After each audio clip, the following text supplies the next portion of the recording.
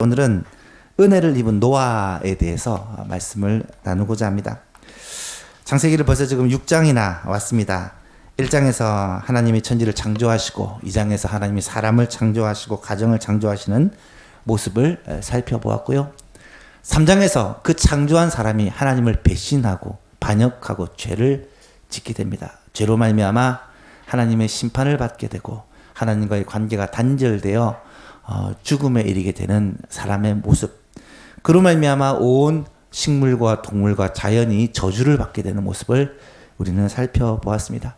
4장과 5장은 족보인데요. 4장은 가인의 후손들에 대한 이야기입니다. 하나님을 떠난 이 가인의 자손들이 어떻게 변해가는지를 보여줍니다. 여러분, 가인은 죄를 지은 후에 하나님을 떠나 에덴의 동쪽에 거하게 됩니다. 하나님으로부터 저주를 받고 쫓겨났을 때라도 그래도 다시 하나님께로 돌아오기 위해 발버둥을 쳐야 되는데 이 가인은 하나님을 버리고 더 멀리 떠나버리고 맙니다. 그리고 그 후손들도 하나같이 하나님을 버리고 7대손 라멕의 때가 되면 아예 하나님은 안중에도 없는 그런 삶을 살아가고 맙니다. 5장에는 반면 이 셋세 후에 하나님께서 아벨 대신해 주신 셋세 후에 대한 스토리가 나타납니다. 셋세 후예들은 하나님으로부터 벌을 받고 에덴에서 쫓겨났지만 그럼에도 불구하고 하나님을 예배하고 주님을 찾으려 했던 그런 사람들임을 알 수가 있습니다. 오늘 우리가 살아가는 이 세상은 과연 가인의 후손일까 셋의 후손일까 한번 생각을 해보셔야 됩니다. 지금 이 시대에는 많은 사람이 하나님이 없이 자신이 하나님이 되어 살아갑니다. 세상의 즐거움, 쾌락, 우상숭배, 물질 문명이 마치 하나님인 것처럼 스스로가 그렇게 하나님처럼 살아가는 세상임을 알 수 있습니다. 가인의 후예의 모습이죠. 반면 그럼에도 불구하고 하나님을 찾고 하나님을 예배하고 주님 안에서 살아가는 바로 하나님의 백성들이 있습니다. 오늘날 셋세 후예라 말할 수 있는 교회의 모습입니다. 그릇이 물에 가득 차면 언젠가는 넘치게 되어 있습니다. 여러분, 죄를 짓는데 아무런 문제가 없다. 그러면 그거는 진짜 문제가 없는 게 아니고 죄가 자꾸 쌓여가는 것입니다. 하나님의 백성도 마찬가지입니다. 분명히 내 삶이 하나님과 완전히 단절되어서 하나님 없이 내 생각대로 내 마음대로 살고 있는데 내 삶에는 아무런 문제가 없다. 여러분, 아무런 문제가 없는 게 아니고 지금 이 죄가 점점 쌓여갑니다. 그릇에 물이 가득 차서 이 물이 넘칠 때가 있습니다. 하나님의 진노가 쏟아질 때가 있다는 것입니다. 세상 사람들의 행하는 악도 하나님이 영원히 지켜보시는 것이 아닙니다. 하나님께서 그 시기가 있다는 것을 우리는 깨달아야 합니다. 오늘 본문 5절과 6절을 보니까 그 시기가 다다랐습니다. 세상의 악이 관영하여서 하나님의 그 마음을 아프게 하는 일들이 일어납니다. 5절 6절 말씀을 보십시오. 여호와께서 사람의 죄악이 세상에 가득함과 그의 마음으로 생각하는 모든 계획이 항상 악할 뿐임을 보시고 땅 위에 사람 지으셨음을 한탄하사 마음에 근심하시고. 여러분, 심판을 받을 수밖에 없었던 분명한 이유를 성경은 설명하고 있습니다. 죄악이 끝없이 차올라 온 세상에 관영하게 되었고 사람들의 마음이 죄로 말미암아 지배를 당하고 사탄이 이 세상의 왕노릇을 하고 있는 그러한 세상의 모습입니다. 전능하신 하나님, 사람을 만드신 하나님이 이 모습을 보시면서 한탄하시고 탄식하십니다. 하나님께서 사람을 지으시고 하나님께서 사람과 교제하시고 하나님께서 사람을 통해 예배를 받으셨는데 세상에 점점 하나님을 버리고 죄와 악 가운데 빠져 살아가는 이 모습을 하나님이 지켜보시면서 가슴 아파하신 이유는 바로 사랑 때문입니다. 만약에 사랑이 없다면 하나님은 다 쓸어버리고 하나님은 창조한 모든 세계를 그냥 끝내버리고 말았을 것입니다. 하지만 하나님은 하나님이 지으신 세상을 사랑하시고 하나님의 형상을 따라 지음을 받은 사람을 사랑하셨기 때문에 갈등이 생기고 한탄식이 생기는 거예요. 1절 2절을 보십시오. 사람이 땅 위에 번성하기 시작할 때에 그들에게서 딸들이 나니 하나님의 아들들이 사람의 딸들의 아름다움을 보고 자기들이 좋아하는 모든 여자로 아내를 삼는지라. 2절이 굉장히 중요한 말씀입니다. 하나님의 아들들은 누구고 사람의 딸들은 누구를 말하겠습니까? 사람의 딸은 바로 가인의 후예를 말합니다. 말씀드렸죠? 하나님 없이 이 세상에 자신이 신이 되어 살아가는 이 세상 사람들의 모습입니다. 죄인이죠. 죄인의 모습이죠. 사람의 딸들, 가인의 후예, 이 악한 세상을 살아가는 세상 사람들의 모습입니다.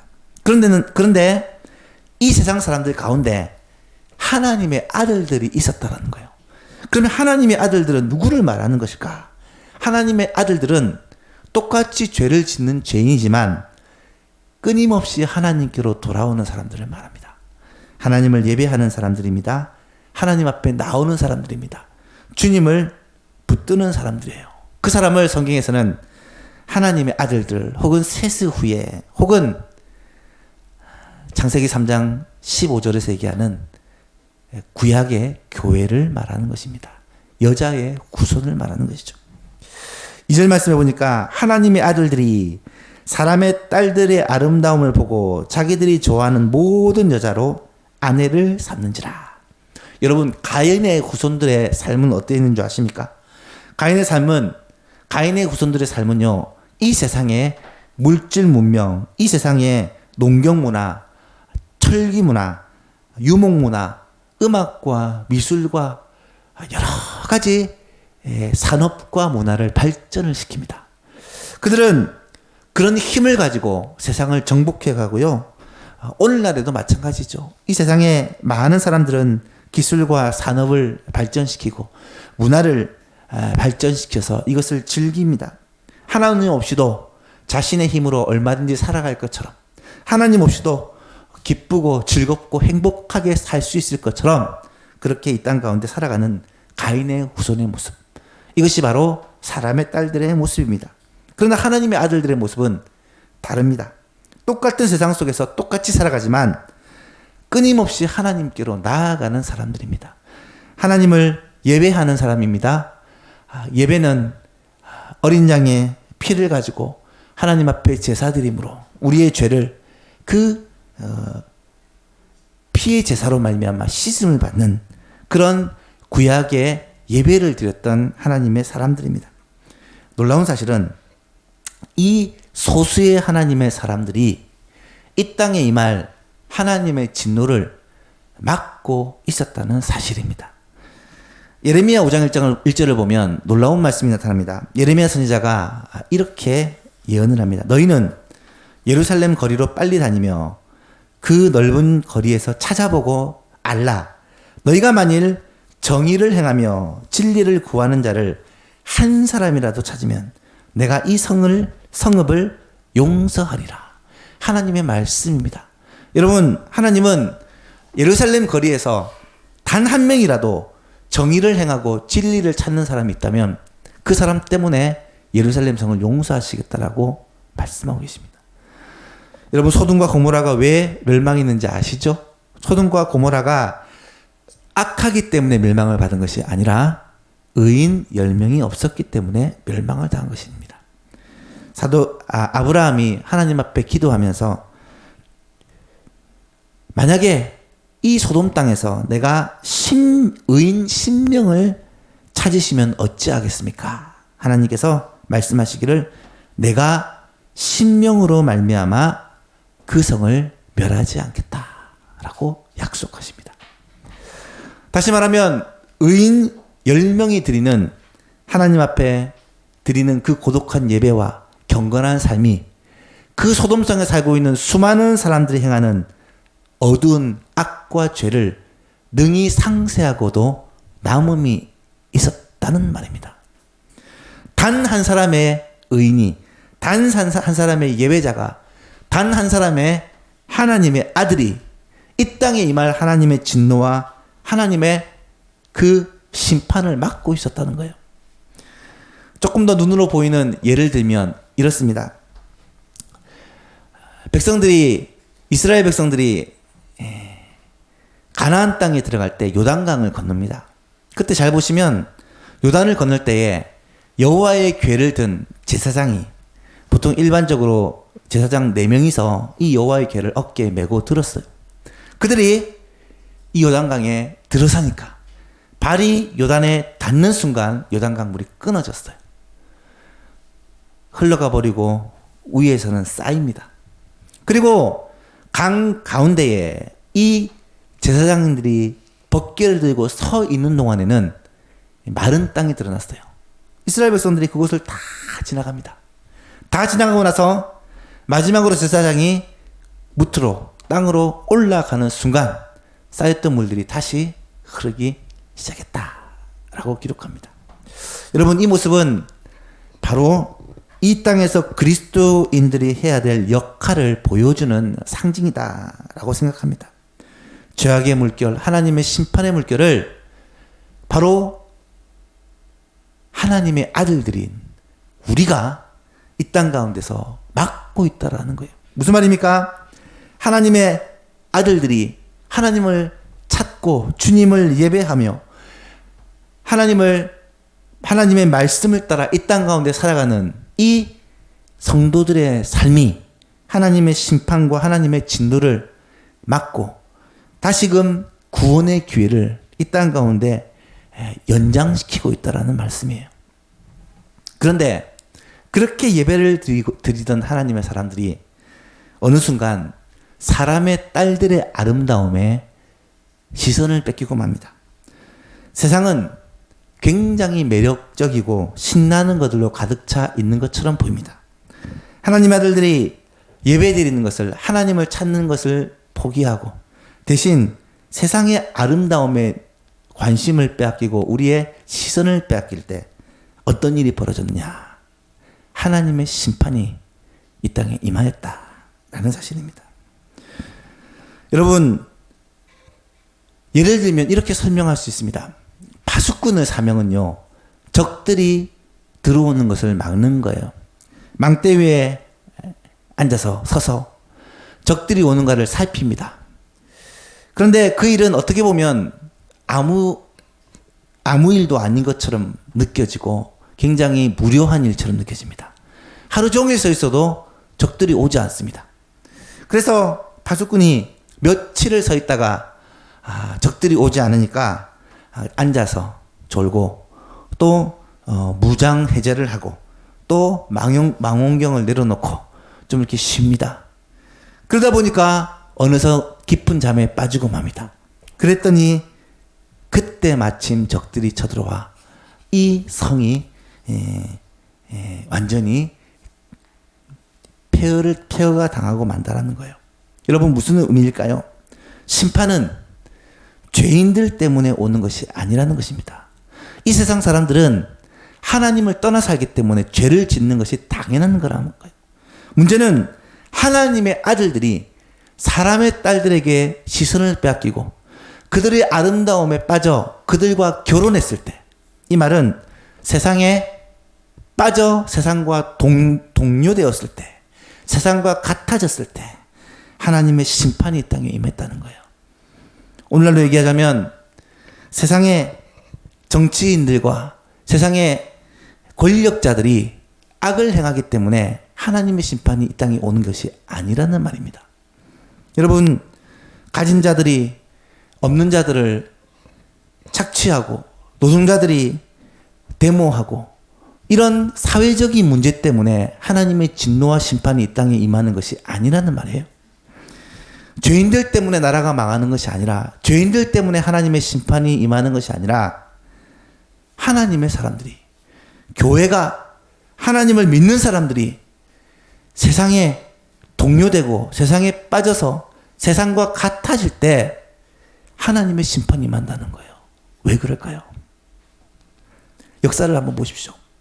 한 나라가, 한 사회가 하나님의 심판을 받고 멸망하게 된 그 요소마다 어떤 일이 있었는 줄 아십니까? 세상은요, 하나님 없는 사람은 항상 악했어요.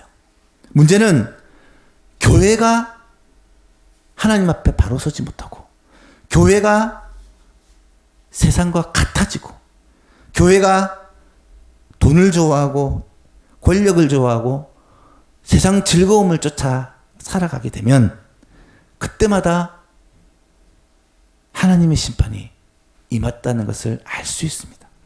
교회가 빛이 되고 소금이 되고 양심과 도덕을 이끌어갈 능력을 상실해버리고 세상 가운데 타협하고, 아니 세상 가운데 완전히 동료되었을 때, 그때 하나님의 심판과 하나님의 진노가 쏟아졌다는 것을 우리는 알게 됩니다. 가장 큰 잘못은 사실은 하나님의 말씀을 가르치고 전한다고 하는 목회자들에게 있다고 생각합니다. 왜냐하면 하나님의 말씀을 바르게 가르치지 않기 때문이죠. 예수 그리스도 그분 안에 있지 않으면, 방주 안에 있지 않으면 결코 구원을 받을 수 없다는 이 선명한 구원의 복음을 오늘날 많은 목회자들이 증거하지 않습니다. 예수 그리스도 외에는 소망이 없다는 사실을 강단에서, 설교의 단의 자리에서 분명하게 전하지 않습니다. 하나님을 떠난 자, 하나님을 버린 자들에게는 하나님의 심판이 있다는 사실을 분명하게 외치지 않습니다. 왜요? 사람들의 마음을 기쁘게 하기 위해서, 사람들의 비유를 맞추기 위해서 그렇게 하는 것이죠. 여러분, 그럴 때 어떤 일이 벌어집니까?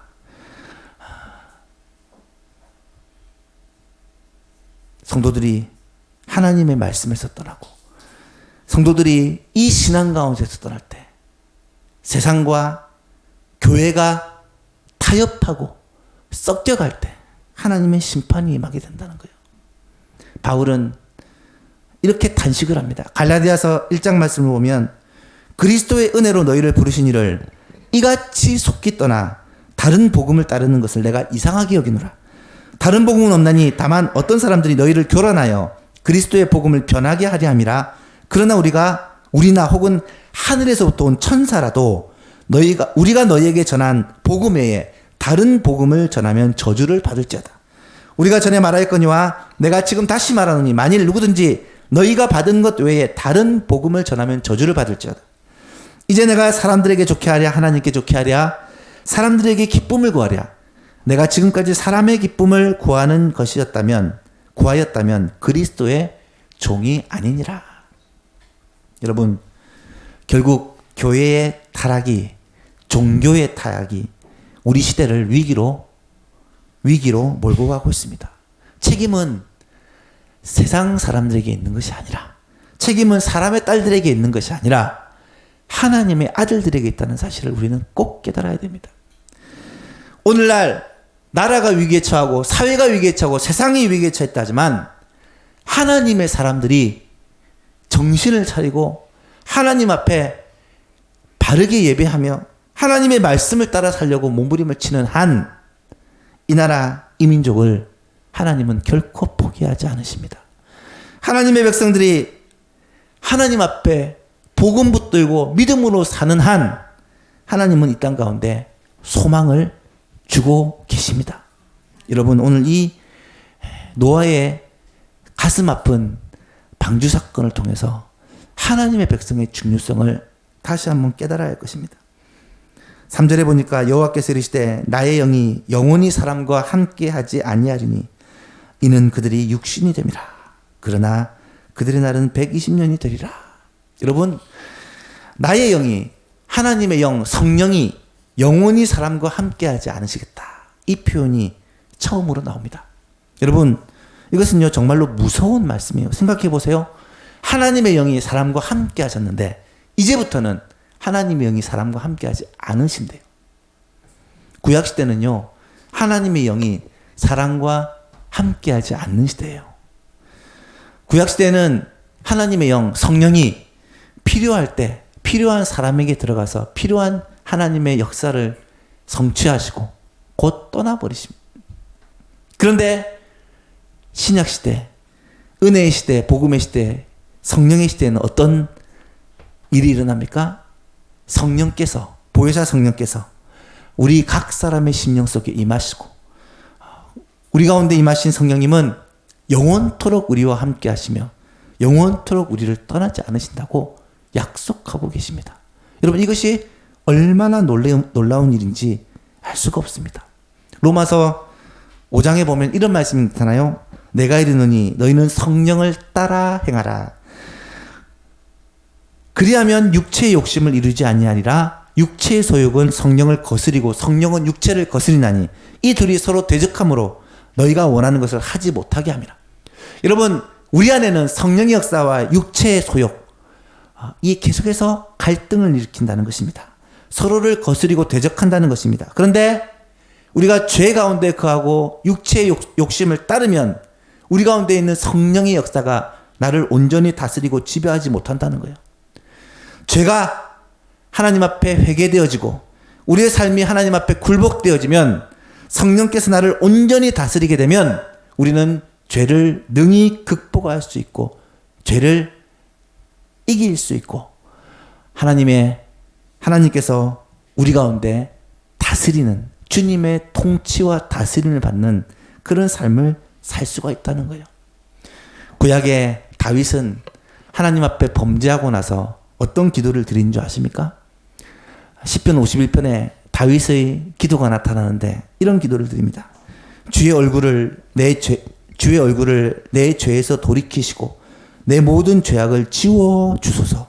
하나님이여, 내 속에 정한 마음을 창조하시고 내 안에 정직한 영을 새롭게 하소서. 나를 주 앞에서 쫓아내지 마시고 주의 성령을 내게서 거두지 마옵소서. 주의 구원의 즐거움을 내게 회복시켜 주시고 자원하는 심령을 주사 나를 붙들어 주소서. 여러분, 다윗이 어떤 사람입니까? 구약시대에 하나님과 동행했던 가장 대표적인 사람입니다. 하나님의 영의 온전한 인도함을 받았던, 하나님의 영의 인도하심을 받았던 성군이 다윗이에요. 그 다윗도 하나님 앞에 범죄하였을 때 다윗의 마음에, 이 성령께서 다스리시는 그 마음에 이 성령을 거두시고 죄가 다윗의 마음을 주장할 수밖에 없었다라는 것을 고백하는 거예요. 그래서 다윗이 하나님 앞에 기도하죠.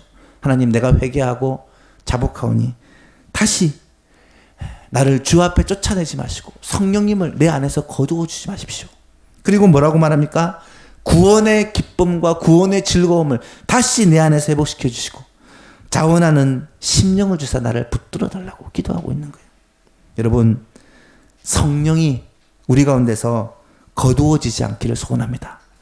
보혜사 성령, 우리 가운데 영원히 거하시는 이 성령의 시대에 살고 있는 우리는요, 얼마나 감사한지 몰라요. 성령께서 우리 가운데 충만하게 역사하시고 우리를 다스리시고 우리 가운데 우리의 생각과 삶을 인도하시는 이 성령의 시대에 살고 있는 우리는 얼마나 감사한지 몰라요. 그런데 성령을 근심케 하고 성령이 내 안에서 아무것도 하실 수 없도록 성령의 역사를 거부하고 살아가는 사람이 있다면 그 삶에 얼마나 안타까운 일들이 일어난지 모릅니다. 마태복음 24장을 보십시오. 노아 홍수 시대 사람들에 대해서 이렇게 말하고 있어요. 홍수전에 노아가 방주에 들어가던 날까지 사람들이 먹고 마시며 장가가고 시집가고 있으면서 홍수가 나서 그들이 다 멸하기까지 깨닫지 못하였으니 인자의 임함도 이와 같으리라. 주님께서 다시 오실 때 어떤 일이 벌어진 줄 아십니까?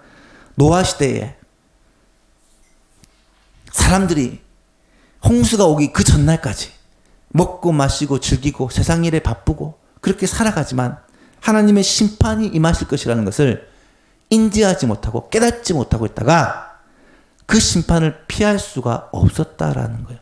이것처럼 마지막 때에도 그렇게 될 거라고 주님은 말씀하고 계십니다.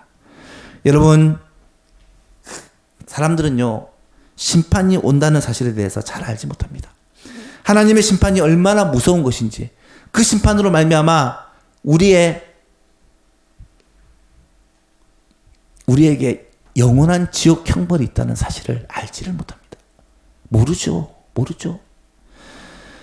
이 땅에 사는 60년, 70년 짧은 세월이 지나고 나면 영원한 세계가 있는데 그 영원한 세계는 영원한 천국이 아니면 영원한 형벌이라는 것을 알지를 못한다는 거예요.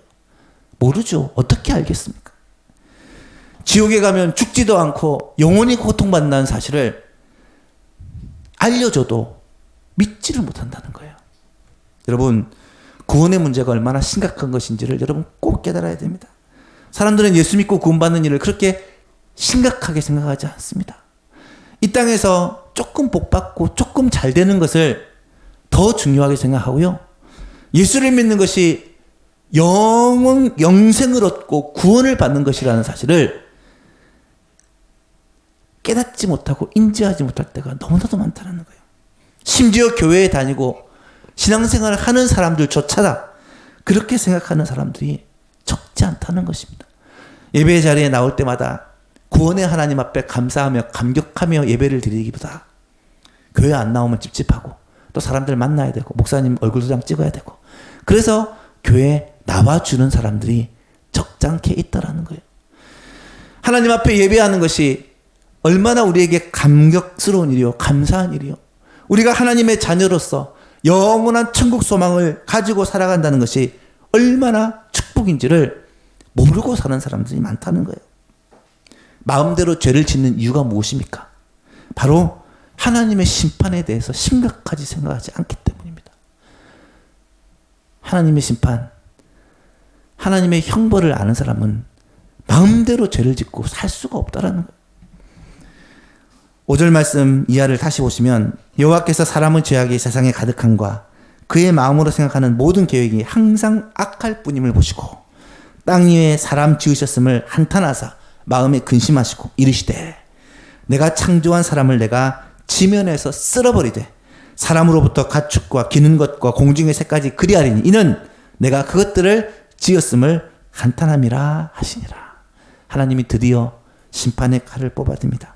하나님의 능력이 없어서가 아니라 하나님께서는 우리를 사랑하시기 때문에 하나님이 지으신 모든 만물을 멸하시는 것을 정말 싫어하셨는데 하나님이 창조한 모든 창조물들을 다 심판하지 않을 수 없는 기가 막힌 상황에 놓였을 때 하나님이 한탄하시며 탄식하시며 안타까워하시는 거예요. 그런데 여기서 놀라운 말씀이 나타납니다.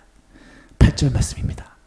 그러나 노아는 여호와께 은혜를 입었더라. 그러나 노아는 여호와께 은혜를 입었더라. 세상이 결국은 하나님의 심판을 받고 멸망할 수밖에 없는 기가 막힌 상황에 놓였는데 하나님은 노아에게 은혜를 베풀어 주신 거예요. 이 말씀을 가지고 재작년입니까? 은혜는 간섭입니다. 라는 제목으로 말씀을 나누었습니다. 기억나십니까? 기억이 안 나는 게 정상입니다. 여러분, 노아가 왜 하나님께 은혜를 받았을까? 왜 하나님께로부터 노아가 은혜를 받았을까? 9절에 보니까 이 노아에 대해서 이렇게 소개를 해요. 이것이 노아의 족본이라 노아는 의인이로 당대의 완전한 자라 그가 하나님과 동행하였으며. 의인은 하나님의 아들들, 하나님의 백성으로서 하나님 앞에 의롭게 살고 하나님 앞에 하나님과 동행하는 삶을 살았기 때문에 이 노아가 선택을 받았구나라고 생각하기 쉽습니다. 그런데 오늘 본문을 잘 보시면 순서가요. 8절, 9절을 이 순서를 잘 보셔야 돼요. 노아가 그 악한 세상, 아무도 하나님을 찾지 않는 세상에서 의로운 삶을 살았고 당대에 완전한 삶을 살았고 하나님과 동행을 하는 삶을 살았던 비결이 뭐냐? 8절에 나타나는 바로 노아가 하나님께 은혜를 입었기 때문이라는 거예요. 여러분, 은혜가 무엇입니까? 은혜는 값 없이 주시는 선물이잖아요. 은혜는 받을 자격 없는 사람에게 주시는 것을 은혜라고 말합니다. 만약에 노아가 구원받을 자격이 있는 사람이었다면 이것을 은혜라고 말하지 않을 거예요. 성경은 의인은 없나니 하나도 없으며 모든 사람들이 구원받을 수 없는 죄인이 되었다라고 설명합니다. 아담 이래 모든 인류는 타락하여 죄 가운데 죽을 수밖에 없는 죄인이 되었어요. 노아도 그 시대를 살아가는 그냥 보통 사람입니다. 분명히 셋의 후손이었고 하나님의 아들들에 속한 사람이었지만 하나님을 알고 하나님을 예배하고 하나님의 말씀대로 살려고 노력하는 사람이었지만 그럼에도 불구하고 그도 세상의 아름다움에 세상의 즐거움에 마음을 빼앗기고 미혹을 받는 평범한 사람입니다. 노아도 세상의 딸들의 아름다움을 보았을 것입니다. 노아도 네피림의 엄청난 폭력 앞에서 두려워 떨었을 것입니다. 노아도 죄로 관영한 세상 속에 홀로 신앙을 지키며 믿음으로 산다는 것이 쉽지 않았을 거예요. 사람은 별 수 없어요. 목사님이건 장로님이건 그 누구도 사실 죄를 이기고 하나님의 뜻대로 온전하게 승리하며 산다는 것이 쉬운 일이 아닙니다. 베드로는 장담을 하죠. 내가 죽을지언정 주를 부인하지 않겠습니다. 근데 그 베드로가 바로 그날 예수님을 3번이나 모른다고 부인하고 맹세하고 저주까지 하면서 부인했어요. 여러분, 이런 세상에서 노아가 의로운 삶을 살 수 있었던 비결이 무엇이었을까? 그것은 전적인 하나님의 은혜라고 밖에 설명할 길이 없어요. 그러나 노아는 하나님께 은혜를 입었더라. 이 한 문장이 노아를 노아되게 만드는 거예요. 한번 따라해 볼까요? 그러나 일천이는 따라해 볼까요? 그러나 일천이는 센스가 있네요. 일천이 하면 안 됩니다. 자기 이름을 내야 됩니다. 그러나 일천이는 여호와께 은혜를 입었더라. 여러분, 모든 답의 해결은 여기에 있어요. 내가 하나님의 은혜를 받았다는 거예요. 내가 하나님의 은혜를 받았다는 거예요. 하나님께서 노아를 택하시고 노아에게 은혜를 베풀어 주신 거예요. 은혜가 무엇입니까? 은혜는 하나님의 간섭하심이 됐습니다. 노아가 죄의 유혹을 받았을 때 하나님이 노아에게 찾아오시고 간섭하신 거예요. 노아가 마음이 흔들릴 때 하나님께서 찾아오셔서 노아의 마음을 붙들어 주신 거예요. 노아가 세상 사람들의 아름다움을 보고 그렇게 흔들릴 때 하나님께서 그의 마음을 붙잡아 주신 거예요. 노아가 죄악에 빠져 살 수 있도록 하나님께서 정신 차리도록 깨워주시고 일깨워주시고 깨닫게 해주신 거예요. 여러분, 오늘날도 똑같습니다. 하나님의 은혜는 우리 성도들 가운데 주님의 간섭하심으로 나타납니다. 나를 위해 십자가를 지시고 나를 위해 생명을 주신 주님께서는 지금도 내 안에 성령으로, 보혜사 성령으로 함께 하시고 내 마음과 생각을 지키시고 나를 붙들어 주시고 이끌어 주신다는 거예요. 때로 우리도 유혹 가운데 흔들릴 때가 있습니다. 때로 우리도 하나님 말고 세상의 즐거움을 선택하고 싶은 마음이 들 때가 있습니다. 때로 우리도 교회 가는 것 대신에 놀러 가고 싶을 때가 있어요.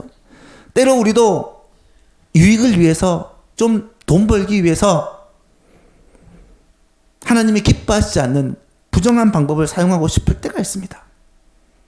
사람들의 시선과 사람들의 그런 인기에 우리의 마음이 흔들릴 때가 있어요. 그런데 그럴 때 하나님은 어떻게 하십니까? 우리의 마음을요, 붙들어 주십니다. 하나님의 말씀이 우리에게 하나님의 뜻이 무엇인지를 가르쳐 주신다는 거예요. 때로는 하나님께서 우리에게 고난을 통해서 깨닫게 해주십니다. 때로는 하나님이 우리에게 사람을 보내셔서 권면해 주십니다.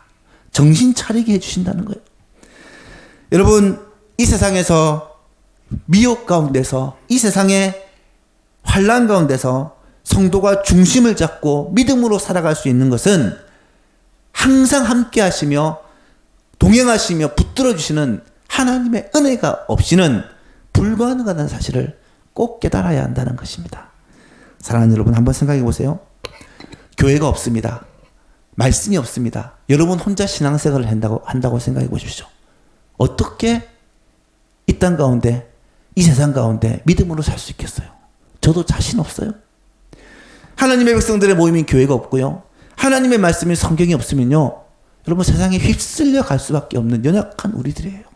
그런데 하나님은 주일마다 우리를 모아주시고 하나님의 말씀을 듣게 하시고 매일매일 하나님의 말씀을 펴고 묵상하게 하시고 이 말씀을 통해 나를 향한 하나님의 마음과 하나님의 소원을 깨달아 알게 해주시고 우리를 인도해 주시는 거예요.